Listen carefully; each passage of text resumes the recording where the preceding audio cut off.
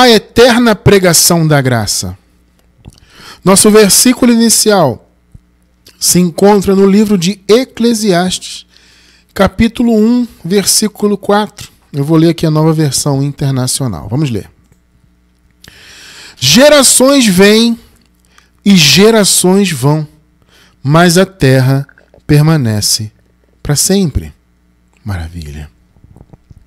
Preciosa Igreja do Senhor Jesus, povo de propriedade exclusiva de Deus, salvos pela graça, abençoados com toda a sorte de bênçãos, mais que vencedores em Cristo. Meus amados irmãos, hoje eu quero falar desse ofício maravilhoso e dessa responsabilidade maravilhosa que não só eu tenho, mas todos nós que tivemos o privilégio de conhecer o Evangelho da Graça, eu entendo que todos nós temos essa responsabilidade. Claro, cada um dentro dos seus desígnios, cada um dentro do seu talento, mas o fato é que espalhar o conhecimento da graça é sim nossa responsabilidade. Né? Aqui eu estou no papel de ensinar, né, a letra, porque na verdade quem ensina é o Espírito, né? É o Espírito que abre o entendimento, não é o irmão Cristiano que abre o entendimento. Tá? Quem abre o entendimento é o Espírito Santo, mas eu estou aqui no papel, né, de instrumento, de trazer a letra, né, da palavra, para que através da letra, aí sim o Espírito trabalhe no seu entendimento. Né? E eu louvo muito a Deus, agradeço muito a Deus, inclusive, por esse privilégio de poder estar ensinando essa palavra, né? E ensinando mais uma vez, que eu digo não que eu ensine de fato, quem ensina é o Espírito Santo, mas assim, eu agradeço muito a Deus pelo papel que o Senhor me permite exercer no reino dele, de levar o conhecimento, né, em termos de letra, né? Claro, não de letra da lei, mas de letra do Evangelho, né? Porque o Evangelho está escrito, então é importante que haja, né, então, o discernimento desse Evangelho dentro do que está escrito.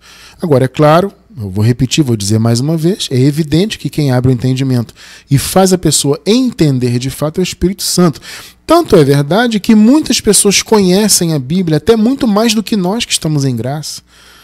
Né? Existem pessoas aí que conhecem, sabem citar a Bíblia quase de cor e salteado, conhecem todos os meandros, né? Todos os contextos históricos, conhece os livros, sabe quem escreveu, quando escreveu. Enfim, tem muita gente que tem um conhecimento, vamos dizer assim, técnico da Bíblia, mas não tem o entendimento da graça. É uma coisa tremenda isso, né? Falando da minha própria experiência, como vocês sabem, né? Vira e mexe eu estou falando isso aqui para exemplificar, né? Eu ensino, eu tenho esse ofício de ensinar a palavra desde os 15 anos, né?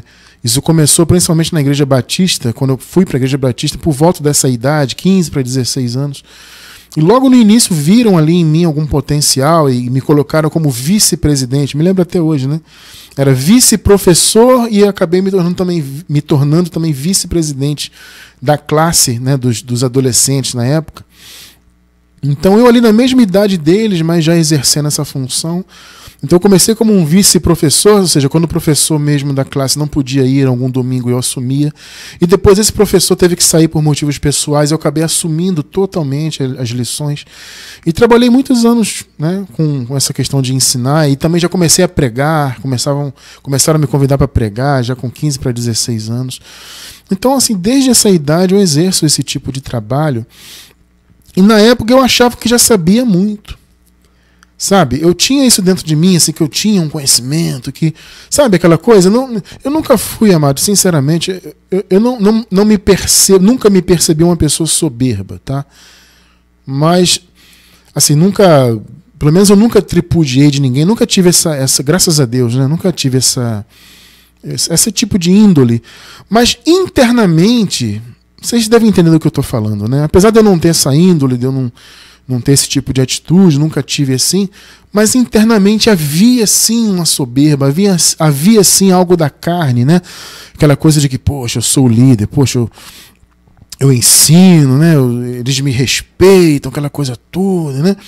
Então, e dentro desse tipo de sentimento, ainda que fosse um sentimento velado, mas eu sei que ele existia ali, havia junto com ele esse pensamento de que eu sabia.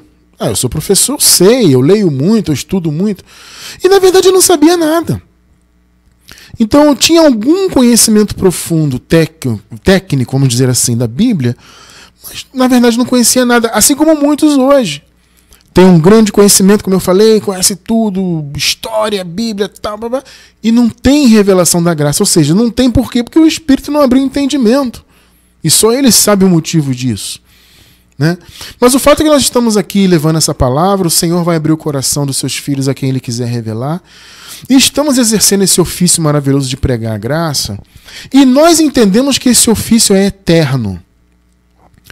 Por quê? Porque nós entendemos que o Evangelho da Graça, ele é eterno.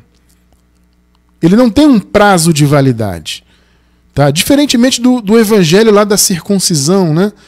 O Evangelho da circuncisão foi o quê? Foi o anúncio de Jesus como Messias. Basicamente era isso, né?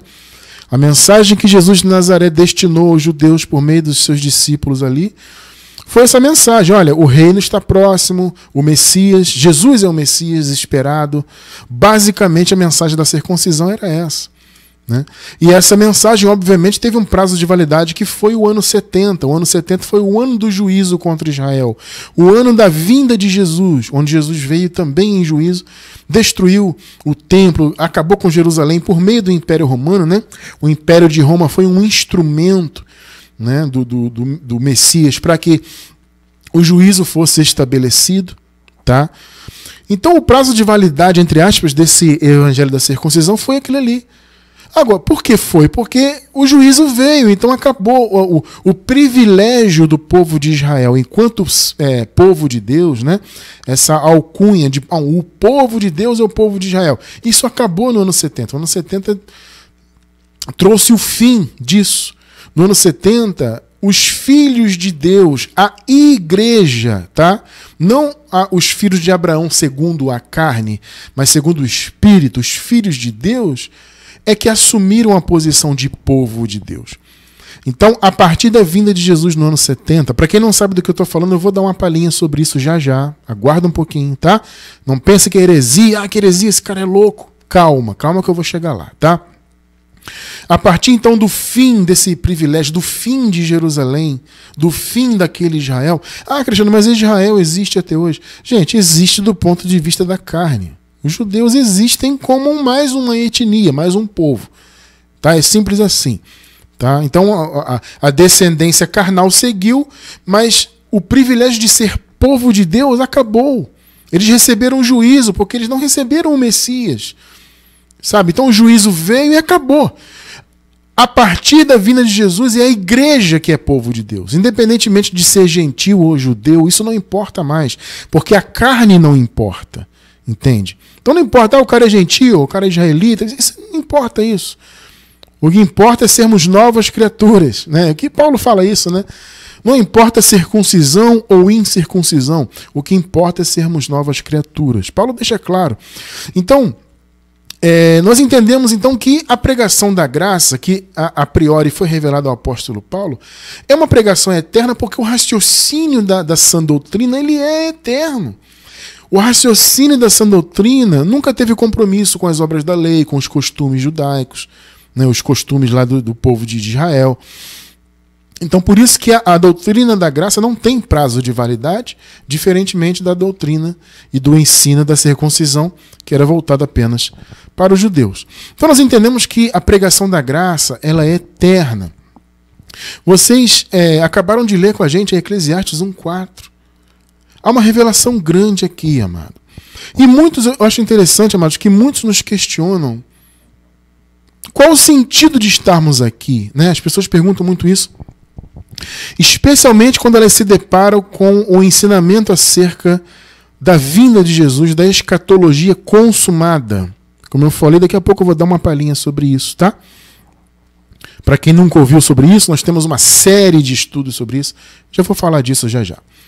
Então, quando as pessoas se deparam principalmente com esse ensinamento, elas começam a questionar, ora, se tudo já foi consumado, qual é a lógica de estarmos aqui? Por que estamos aqui nesse mundo, nessa vida terrena? As pessoas perguntam isso, amados, porque elas querem entender filosoficamente, entende? As coisas de Deus, nos mínimos detalhes. Né? Só que, amado, eu digo para vocês que isso não é possível. Porque os planos de Deus, ele não revelou os seus planos em detalhes. Os motivos e os porquês de Deus pertencem a Deus. Então a gente vai, nesse entendimento, até o limite que Deus nos permite entender e enxergar por meio da sua palavra. Não adianta você querer ficar filosofando, por que nós estamos aqui, tudo já foi consumado, qual é a lógica? Como se a consumação de todas as coisas fosse o fim. É porque a pessoa tem esse pensamento, né? O sistema religioso que coloca Apocalipse no futuro, colocou em nossa mente isso, né? Quando o Apocalipse vier, que na mente deles é um Apocalipse mundial, no sentido de tudo e dos prédios no futuro que vão cair, até essa terra vai ser destruída. Eles têm esse sentido, né? Aí quando você entende, não, peraí, o Apocalipse foi local, ele aconteceu para o povo de Israel, né, já foi consumado, etc. Aí você pensa, poxa, mas e o fim? Se o Apocalipse já aconteceu, então já houve o fim. E se já houve, e de fato já houve, já vamos falar disso aí, rápido, daqui a pouquinho. Aguenta aí que a gente vai chegar lá. Então já houve o fim, então o que eu estou fazendo aqui? Amado, nós estamos aqui cumprindo um propósito de Deus. Mais uma vez, eu não vou destrinchar isso filosoficamente, tentar entender os mínimos detalhes das coisas de Deus, porque isso pertence a Deus. Então nós vamos raciocinar dentro do limite que Deus permite. Uma coisa eu posso deixar muito claro para vocês que estão me assistindo agora. A única coisa que sabemos é que Deus criou a terra para ser eterna. Eterna e inabalável. Isso aqui é interessante. No contexto desse primeiro versículo que nós lemos, Eclesiastes, né? Logo no início, esse livro que é atribuído a Salomão, eu particularmente creio sim que é de Salomão, mas alguns questionam, existem alguns questionamentos, porque as características do livro de Eclesiastes, né, segundo alguns, não são as características literárias, forma de escrever, etc., da época de Salomão. Então seria um livro feito posteriormente. Mas, enfim, independentemente disso, né, a gente vê logo no início, no primeiro versículo de Eclesiastes, né, se referindo ao filho de Davi, né, rei de Jerusalém. Então é uma clara alusão a Salomão. Mas, independentemente disso, o fato é que no início ali do livro, né, os Eclesiastes, nós encontramos ali alguns questionamentos, né, do escritor, no caso aqui é Salomão, e o Salomão começa a falar das características da vida, ele questiona o que o homem ganha com o seu trabalho, etc., né, e diz que tudo é vaidade, tudo é inutilidade. Então há alguns questionamentos. E ele começa a citar os ciclos da terra, da vida na terra, né? Então o sol vai, volta, o sol se põe, o sol nasce novamente. E ele fala do ciclo da água. Então, o que ele quer dizer? Que a terra está se movimentando, ou seja, a vida está acontecendo na terra. O sol nasce, o sol se põe, as águas circulam, né? Então, dentro desse raciocínio ali do início do livro, existe essa revelação que nós vimos. Vamos ler de novo o primeiro versículo? Eclesiastes 1:4. Gerações vêm, gerações vão. Olha só. Gerações vêm, gerações vão. Mas a terra permanece para sempre. Ele está falando de um ciclo, né? Então o sol nasce, o sol se põe, as águas circulam, os ventos, né? Ele fala dos ventos que circulam. Então ele está falando de um ciclo. E aí, nesse meio, ele revela isso aqui. Né? Ou seja, as gerações vêm, as gerações vão, e a terra permanece para sempre. Então, há uma grande revelação ali. Porque, na verdade, abençoados, nós não encontramos em nenhum lugar da Bíblia qualquer menção à destruição da terra, ao fim da criação. Muito pelo contrário. Nós sabemos que a criação ela foi amada por Deus. A palavra diz que Deus criou, né, fez a criação, Deus olhou e aprovou. Deus olhou e disse, e viu Deus que era bom. Na verdade, o texto aqui diz, né? E viu Deus que era bom. Ou seja, Deus aprovou a sua criação. Ele não criou a sua criação para ser destruída. A criação ela apenas passou um período divorciada do seu Criador por causa do pecado. Mas ele não a criou para ser destruída. Ao contrário, Deus criou a criação, a terra, né, em especial, para o homem. Ele a criou para ser eterna. Então nós estamos aqui cumprindo o propósito de Deus. Observe bem isso aqui. Salmos 104, versículo 5.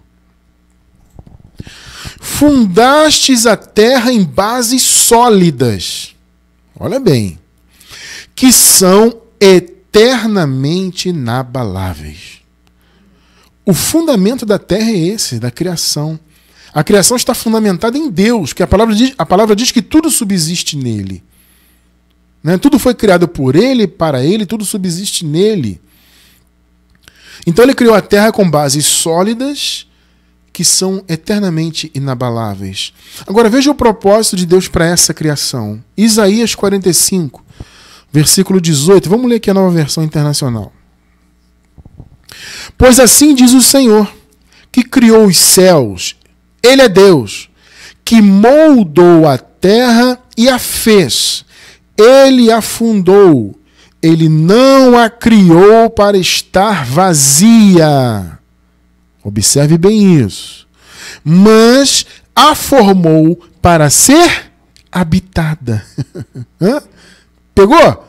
Ele diz, eu sou o Senhor e não há nenhum outro. Deus criou a terra para quê que está sublinhado aí na tela? Para ser habitada. Então vamos raciocinar. As gerações vêm e vão e a terra permanece para sempre. O Senhor fundou a terra com bases sólidas que são eternamente inabaláveis. Então a terra é eterna, ela não foi criada para ser destruída. Não existe nada na Bíblia que aponte para isso. Parece que há, mas não há. Tá?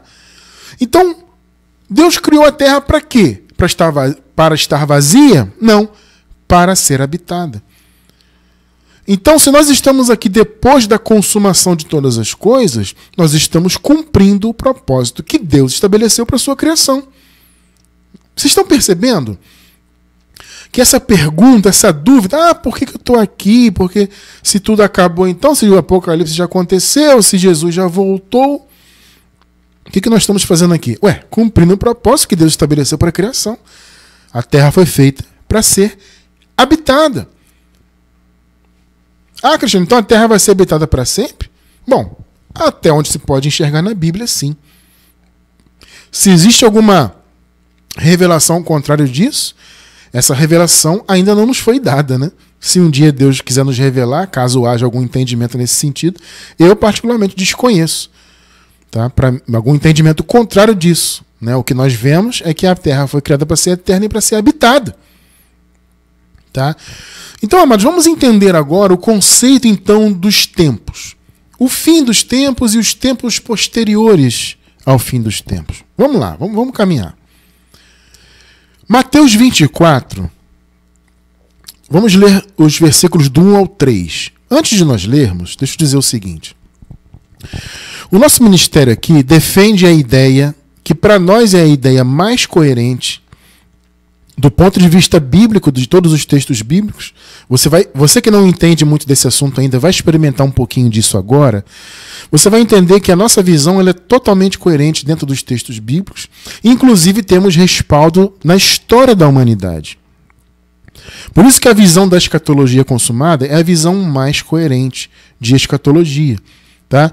Na Bíblia, quando você estuda um pouquinho mais de cuidado e vai nos detalhes, etc., você verifica que não faz sentido esperar por um apocalipse no futuro, esperar Jesus ainda voltar no futuro. Isso não faz nenhum sentido. Tá? E como eu falei para vocês, nós temos uma playlist, inclusive esse vídeo, esse estudo de hoje também vai estar nessa playlist, tá? De escatologia consumada. Nós vamos deixar o link, claro, embaixo do vídeo no YouTube. Se você quiser estudar. Amado, você que é Cristiano França, eu nunca ouvi falar, mas são muitos estudos, eu estou sem tempo. Olha, faz o seguinte, amado. Amado irmão ou amada irmã, eu convido vocês a fazerem o seguinte. Se você não assistiu ainda, assista pelo menos até o estudo número 6. Pelo menos. Tá? Que é o estudo, até o número 6 é a parte assim mais... Assim, eu diria que é a parte mais importante do raciocínio. É claro que todos os estudos são importantes, mas programe-se para assistir até o 6. Se até o 6 você realmente se convencer, e eu acredito que o Espírito vai te convencer disso, porque é tudo muito claro, aí você continua. Né? Você faz assim, faz uma maratona do 1 até o 6, o estudo número 6. Aí se você quiser, depois você vai devagarzinho, escolhe um dia, vai no 7, depois vai no 8. mas estuda pelo menos até o 6 a princípio, para você ver a base do raciocínio. Tá? E aí depois você continua, você vai entender e você vai ver que é muito claro. E na verdade não é difícil entender. Tá? E como eu disse, você vai experimentar um pouquinho desse raciocínio agora. Vamos entender esse conceito dos últimos tempos, que já passaram. Mateus 24, agora sim vamos ler. Do 1 ao 3, Nova Versão Internacional, versículo 1. Observem bem os detalhes, tá? Jesus saiu do templo e, enquanto caminhava... Observe bem, ele saiu da onde? Vê que está frisado aí na tela, né? Ele saiu do templo. Jesus saiu do templo e, enquanto caminhava, seus discípulos aproximaram-se dele para lhe mostrar as construções do templo. Gente, observe bem o contexto. Jesus estava saindo do templo de Jerusalém. Aquele mesmo templo que fora destruído no ano 70. E que existem, obviamente, comprovações históricas disso, não há nenhuma dúvida que já aconteceu, tá? Ele estava ali, o contexto era esse. Ele estava dentro do templo e saiu do templo. Então os discípulos se aproximaram para mostrar as construções do templo. Porque o templo ele era algo muito complexo, né? Tinha muitas construções, tinha a primeira tenda, depois o Santo dos Santos e toda aquela obra tremenda, né? Então eles começaram a mostrar as construções do templo. Observaram bem esse contexto? Ótimo, versículo 2. Olha o que Jesus perguntou para eles, para os discípulos. Vocês estão vendo tudo isto? Jesus perguntou para eles. Vocês estão vendo tudo isso aí? Toda essa construção? Gente, Jesus estava apontando para quê? Para os prédios hoje em dia, como alguns dizem aí, para as construções modernas. É isso? Não. Jesus estava apontando para o templo e para as construções daquele templo que estava de pé naquela ocasião ainda ali. Aí ele perguntou, vocês estão vendo tudo isso aí? Perguntou ele.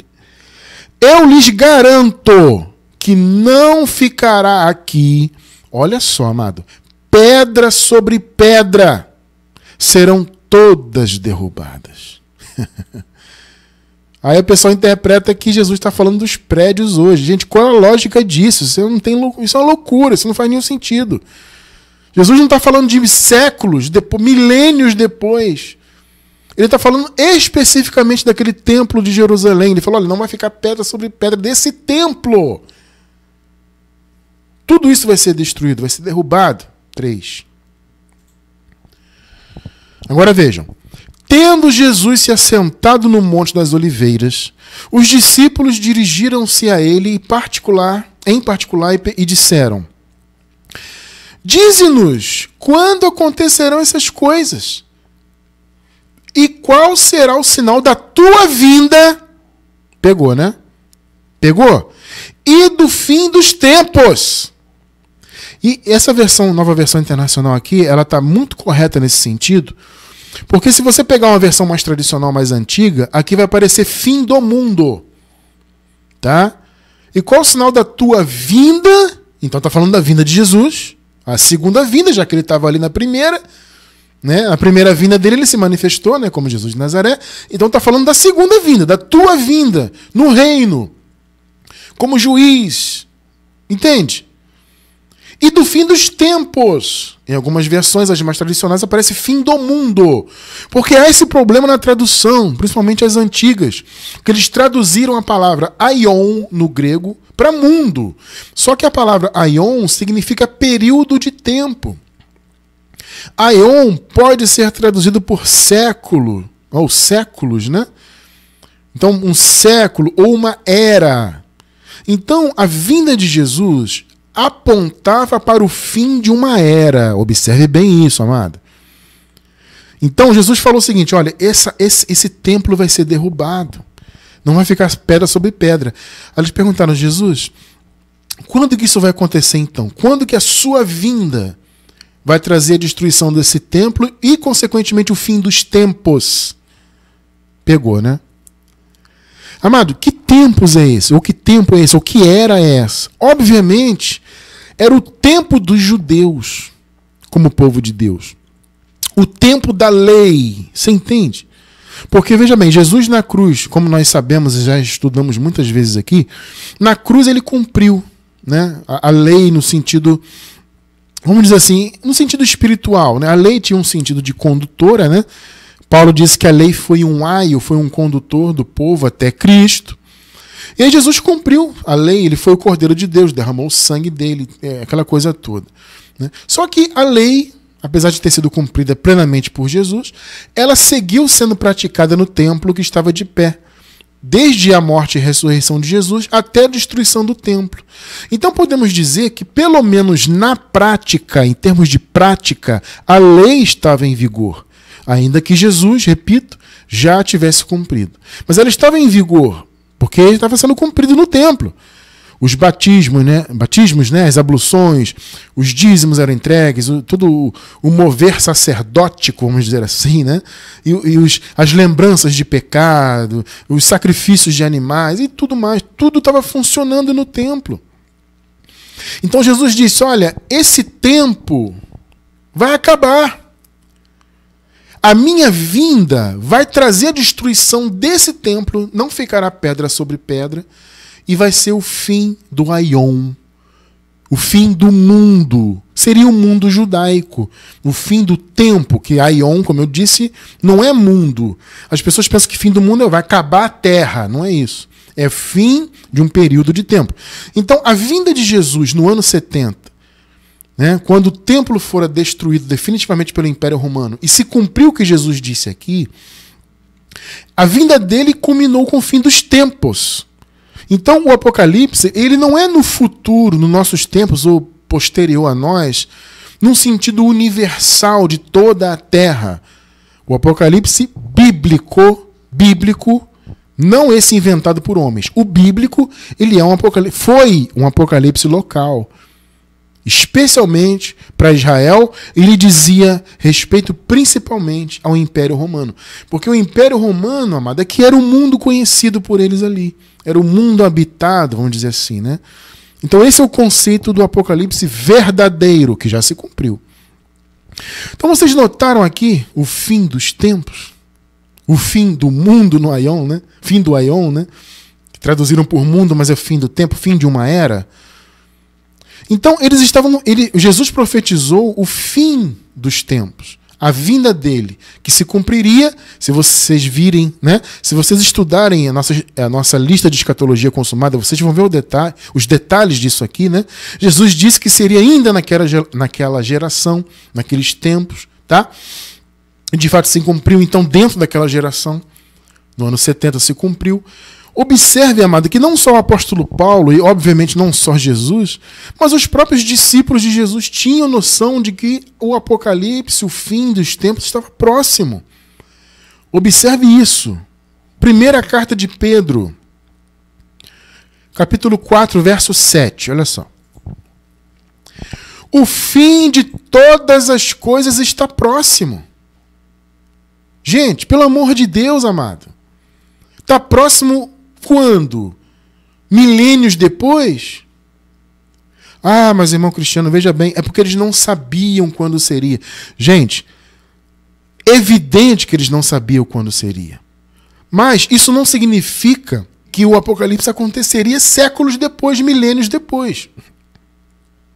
Eles não sabiam exatamente quando seria, mas eles sabiam que estava próximo. Está escrito aí, ó. Agora, qual o sentido de você ler na Bíblia que está próximo? O próprio Apocalipse, no primeiro versículo do livro do Apocalipse, está escrito as coisas que brevemente devem acontecer. Qual o sentido de você pegar isso e jogar milênios depois? Percebe que isso não faz sentido nenhum. O fim de todas as coisas está próximo. Estava próximo dos tempos deles ali. Portanto, sejam criteriosos, sóbrios, dediquem-se à oração. Tiago 5, versículo 8.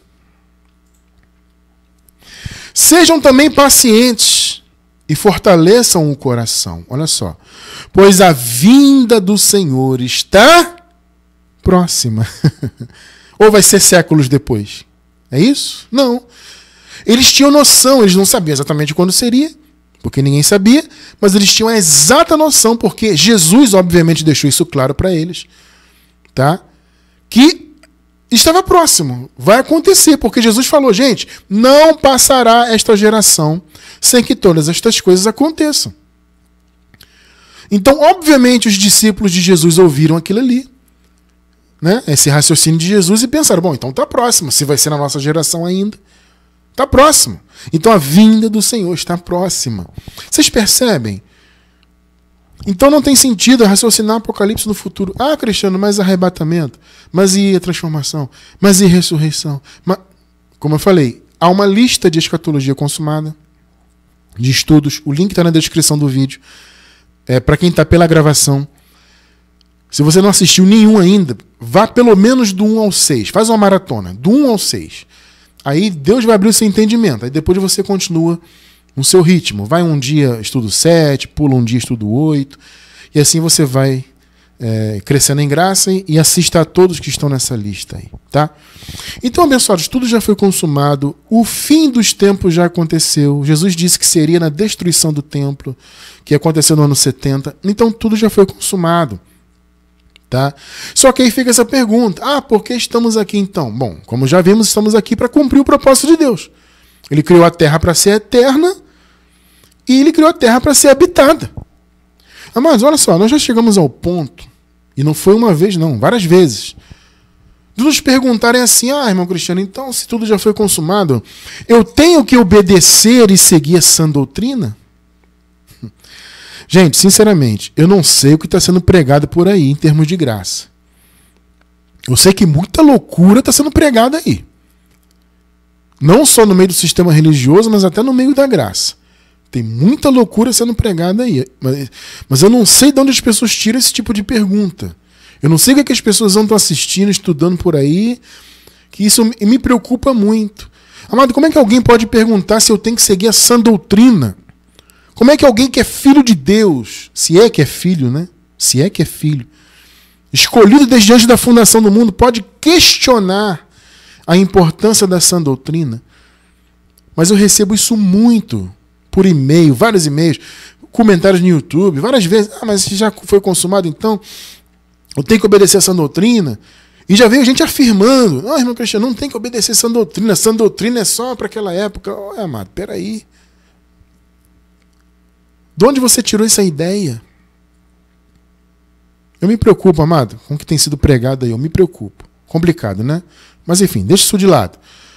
Olha só esse raciocínio interessante aqui do apóstolo. Por que a pregação da graça, no meu modo de ver, ela é eterna? Primeiro, como já vimos, porque a terra é eterna e ela sempre será habitada. Se ela sempre será habitada, sempre haverá, então, filhos de Deus na terra, que precisarão da sã doutrina, da pregação da graça, para se libertarem, para conhecerem a obra de Jesus. Observe aqui, carta de Paulo aos Efésios, capítulo 2, Nova Versão Internacional, eu vou ler do 5 ao 7, versículo 5. Deu-nos vida juntamente com Cristo, quando ainda estávamos mortos em transgressões. Aqui Paulo está falando, obviamente, de antes da cruz. Eles estavam mortos, espiritualmente mortos em pecados, né? Pela graça vocês são salvos. 6. Deus nos ressuscitou com Cristo e com Ele nos fez assentar nos lugares celestiais em Cristo Jesus. Agora veja a revelação interessante que tem no 7 aqui. Olha só. Para mostrar, observe bem, nas eras que hão de vir. Observe isso.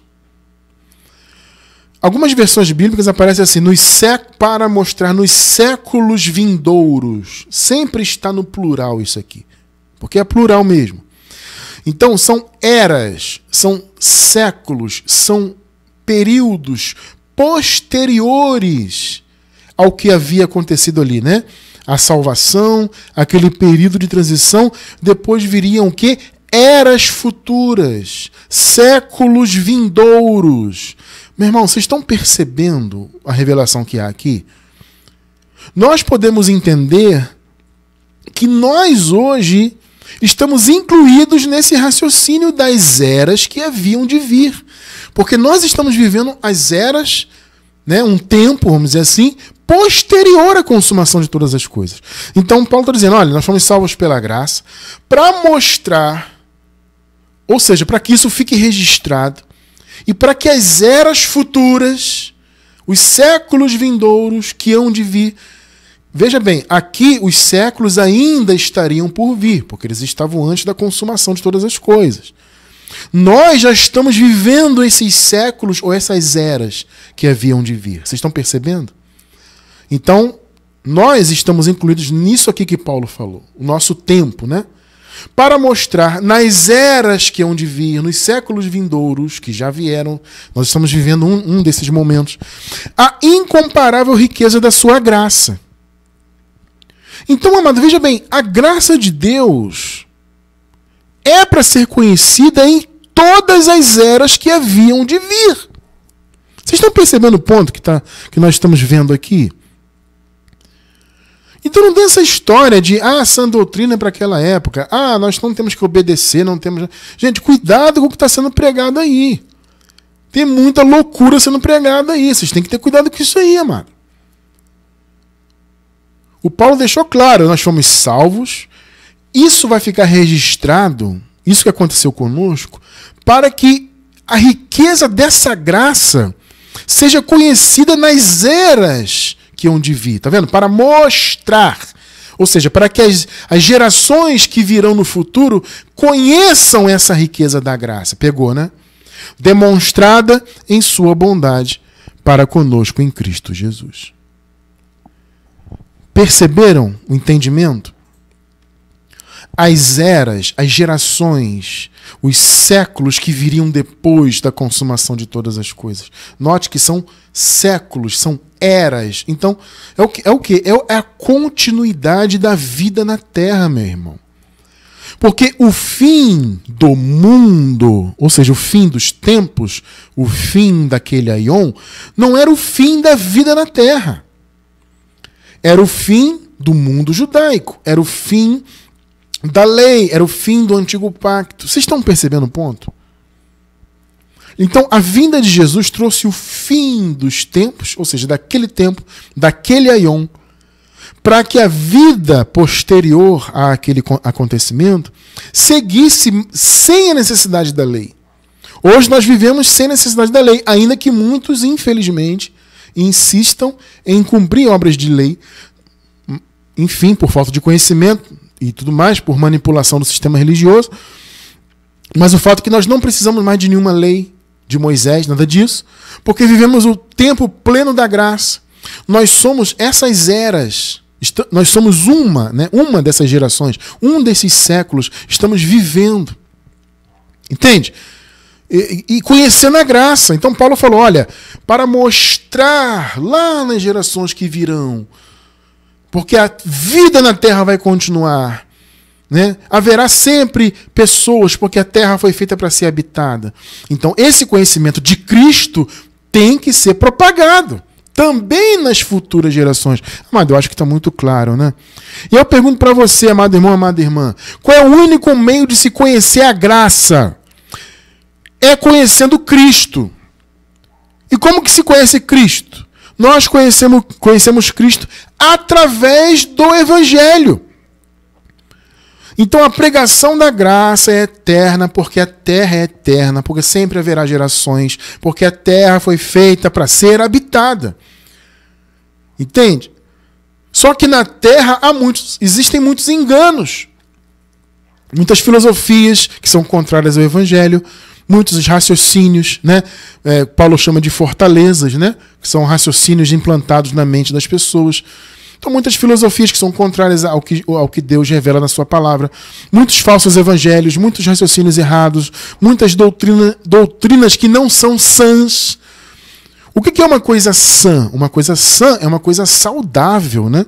Então, existe a sã doutrina, que é a palavra da graça, e existem doutrinas que não são sãs. E no mundo está cheio delas aí. Então, as religiões, o cristianismo... Veja, o cristianismo é uma religião. em todos os seus segmentos. É coisa humana. Tá? Os ismos, de maneira geral, não são positivos, né? Então o cristianismo é só mais um dos ismos aí. Tá? O cristianismo é uma religião. Fala de Cristo, de certa forma fala, mas não fala do evangelho verdadeiro. Tá? Por isso a importância da pregação da graça, para que esse entendimento chegue no povo de Deus, naqueles, obviamente, a quem Deus quiser revelar.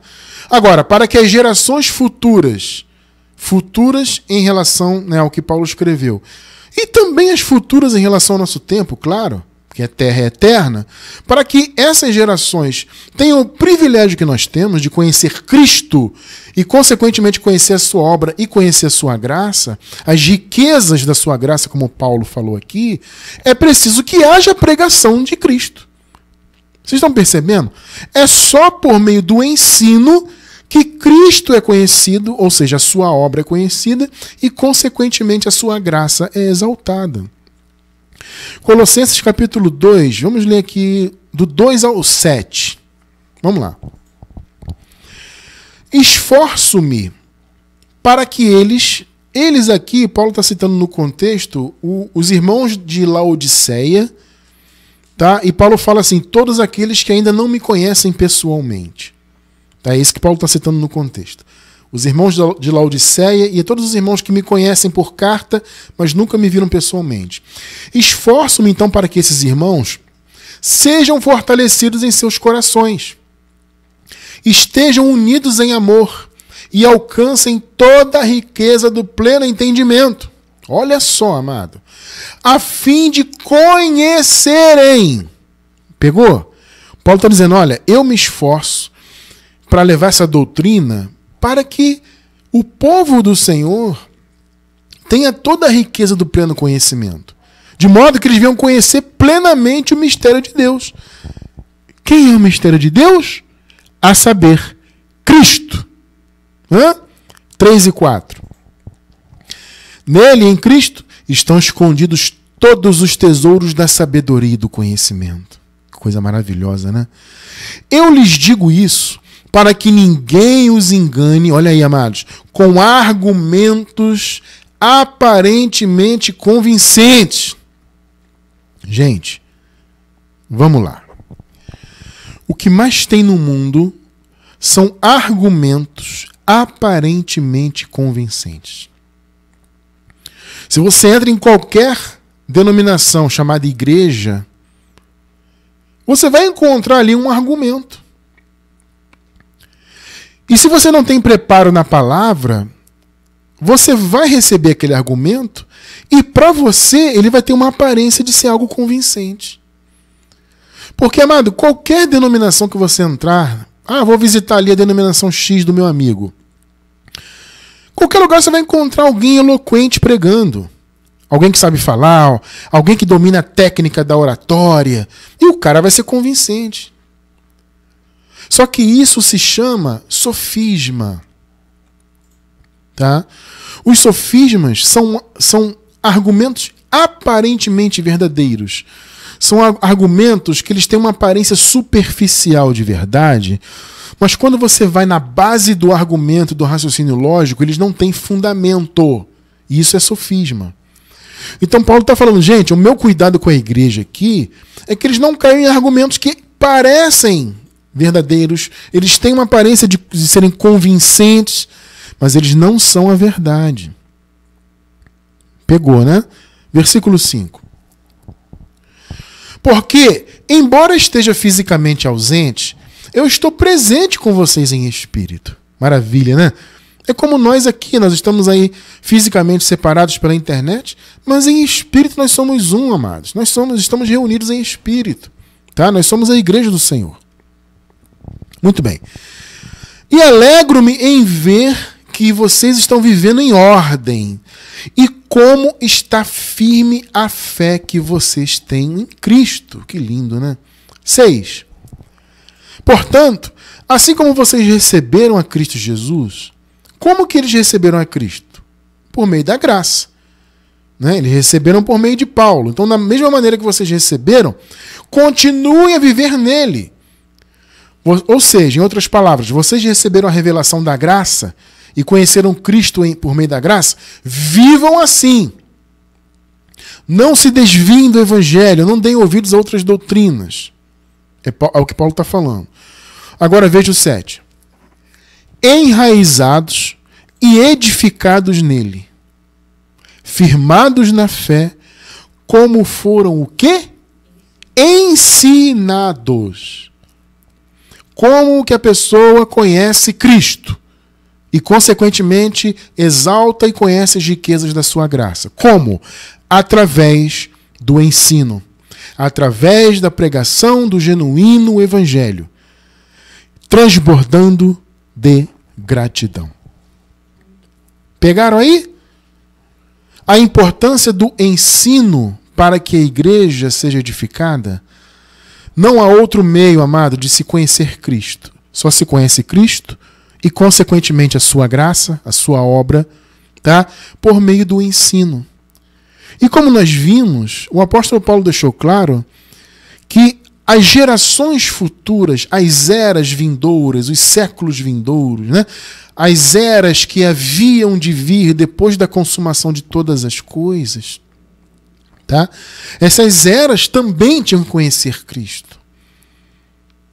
Paulo disse, nós fomos salvos pela graça para isso, para no futuro mostrar a riqueza dessa graça, para que as gerações futuras conheçam essa riqueza. É só por meio do ensino. Por isso nós aqui defendemos a ideia, para mim, muito clara, de que o evangelho da graça, ele é eterno. A pregação da graça, o ensino da palavra da graça, ele é eterno. Nós estamos hoje pregando a graça aqui, amados, plantando sementes dessa palavra, para que as outras gerações continuem pregando. A nossa geração vai passar e os irmãos mais novos vão receber dos seus pais, por exemplo, né, ou dos seus avós, ou de quem quer que seja que vai passar esse conhecimento, e vão surgir novos pregadores, novas pessoas ensinando para as gerações futuras. E as gerações deles também vão passar, e eles vão continuar plantando essa semente, e assim a palavra vai avançando. Quando eu comecei, por exemplo, a pregar a graça, um pouco mais de 20 anos atrás, o evangelho da graça era muito menos difundido do que é hoje. Hoje ainda é muito pouco, né? O evangelho da graça ainda é muito pouco difundido, principalmente quando você se compara com o sistema religioso, que ainda é muito grande, né?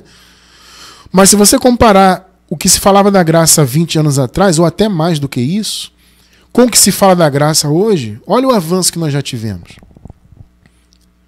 Então nós estamos no caminho certo, ensinando a graça para que essa nossa geração aqui conheça os mistérios de Deus, o mistério de Deus que é Cristo, conheça a obra de Cristo, conheça a salvação pela graça. Entende? Através do ensino. Então, nós estamos aqui cumprindo o propósito de Deus, que é habitar a terra. Esse sempre foi o propósito de Deus.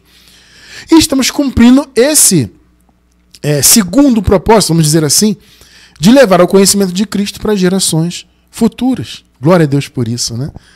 Vocês percebem então que a pregação da graça é eterna, que a sã doutrina é eterna? Ou seja, o fim dos tempos já passou, que era o fim daquela era da lei, o fim do Antigo Pacto, o fim do Templo de Jerusalém, o fim do velho Aion, né?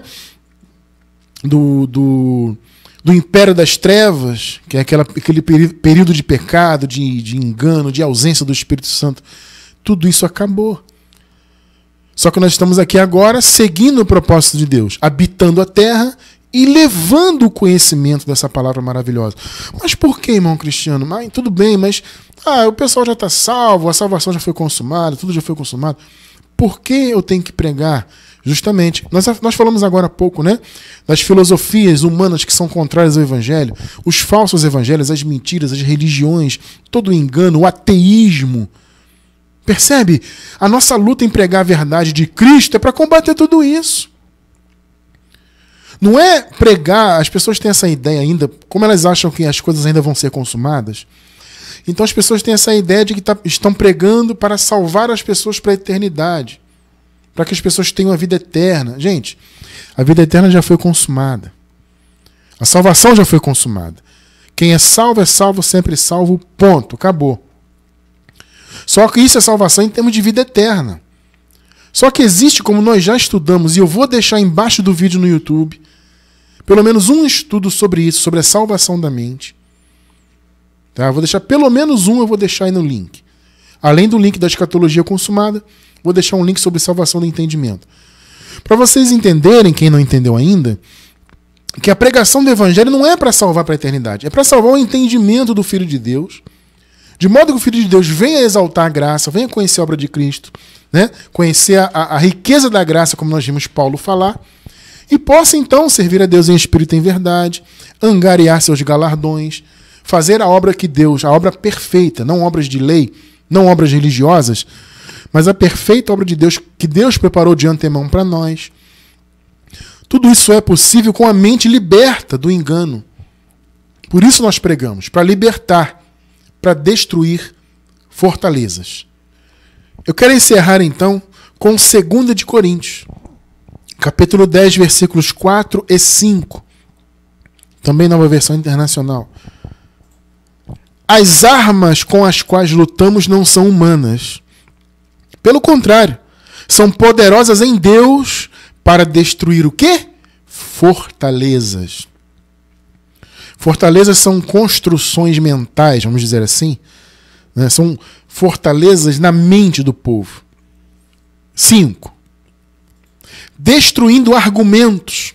Algumas versões bíblicas aparecem raciocínios. Também pode ser traduzido por isso, né? Então, o que é destruir fortaleza? Fortaleza é o quê? São raciocínios. Tá? São argumentos. Destruímos argumentos, raciocínios. E toda pretensão que se levanta contra o conhecimento de Deus. Amados irmãos, quantos e quantos conhecimentos no mundo hoje, por exemplo, são contrários ao conhecimento de Deus? Vocês percebem que a nossa luta é essa? É para salvar o entendimento daquele Filho de Deus. Os filhos de Deus, os eleitos, escolhidos antes da fundação do mundo, etc., os que pertencem à vida eterna, à salvação, uma vez que a salvação já foi consumada, eles são salvos, sempre salvos. Eles já têm a vida eterna. Eu não prego para trazer vida eterna para ninguém. Jesus já trouxe. Eu prego para trazer a libertação da mente desses eleitos. Vocês estão percebendo o ponto? Eu quero destruir os argumentos, as fortalezas, ou seja, as religiões, o pentecostalismo, o tradicionalismo do cristianismo, o catolicismo, espiritismo, todos os ismos aí. Né? Já falei do ateísmo? Se eu não falei, se já falei, falo de novo. Destruir essa maldição chamada ateísmo. O cientificismo, né? Que tudo hoje é ciência, ciência, ciência, e a Bíblia fica de lado. Então vocês estão percebendo? Tudo isso são raciocínios, são fortalezas na mente do povo. O nosso trabalho então em pregar a graça é para destruir esses raciocínios. Assista aí o estudo que eu vou deixar aí sobre salvação da mente, tá? Destruímos argumentos ou raciocínios e toda pretensão que se levanta contra o conhecimento de Deus e levamos cativo todo pensamento para torná-lo obediente a Cristo. Que maravilha. Está percebendo? A função da pregação do Evangelho é tornar os pensamentos obedientes a Cristo. Entende? Não é salvar ninguém para a eternidade, não é trazer vida eterna. Tá? Se você estudar aí esse ensinamento esse estudo nosso, né, de salvação da mente, você vai entender isso com um pouco mais de profundidade. Tá? Para quem não entendeu ainda. Salvação já está consumada, a vida eterna já é uma realidade. Já estamos em condição de vida eterna, todos nós. Tá? Só que o Evangelho da Graça, além da vida eterna que nós já temos, o Evangelho da Graça trouxe a libertação da nossa mente. A libertação, a salvação da nossa alma no aspecto do entendimento. A nossa alma ela é muito complexa, né? Nós já estudamos algumas vezes sobre a alma aqui. Ela é extremamente complexa, tem muitos desdobramentos, e um deles é o conhecimento. Né? E a palavra do Evangelho traz essa libertação. Ela destrói as fortalezas, os raciocínios, os argumentos que são contrários ao conhecimento de Deus. Então, meus amados irmãos, a pregação do Evangelho é eterna. Nós estamos aqui pregando, plantando as sementes dessa palavra e as gerações futuras vão continuar em nome de Jesus o nosso trabalho para que a graça seja eternamente exaltada nessa terra e também no paraíso, para a honra e glória do único que é digno de ser honrado e glorificado, o nosso Senhor Jesus Cristo ressuscitado.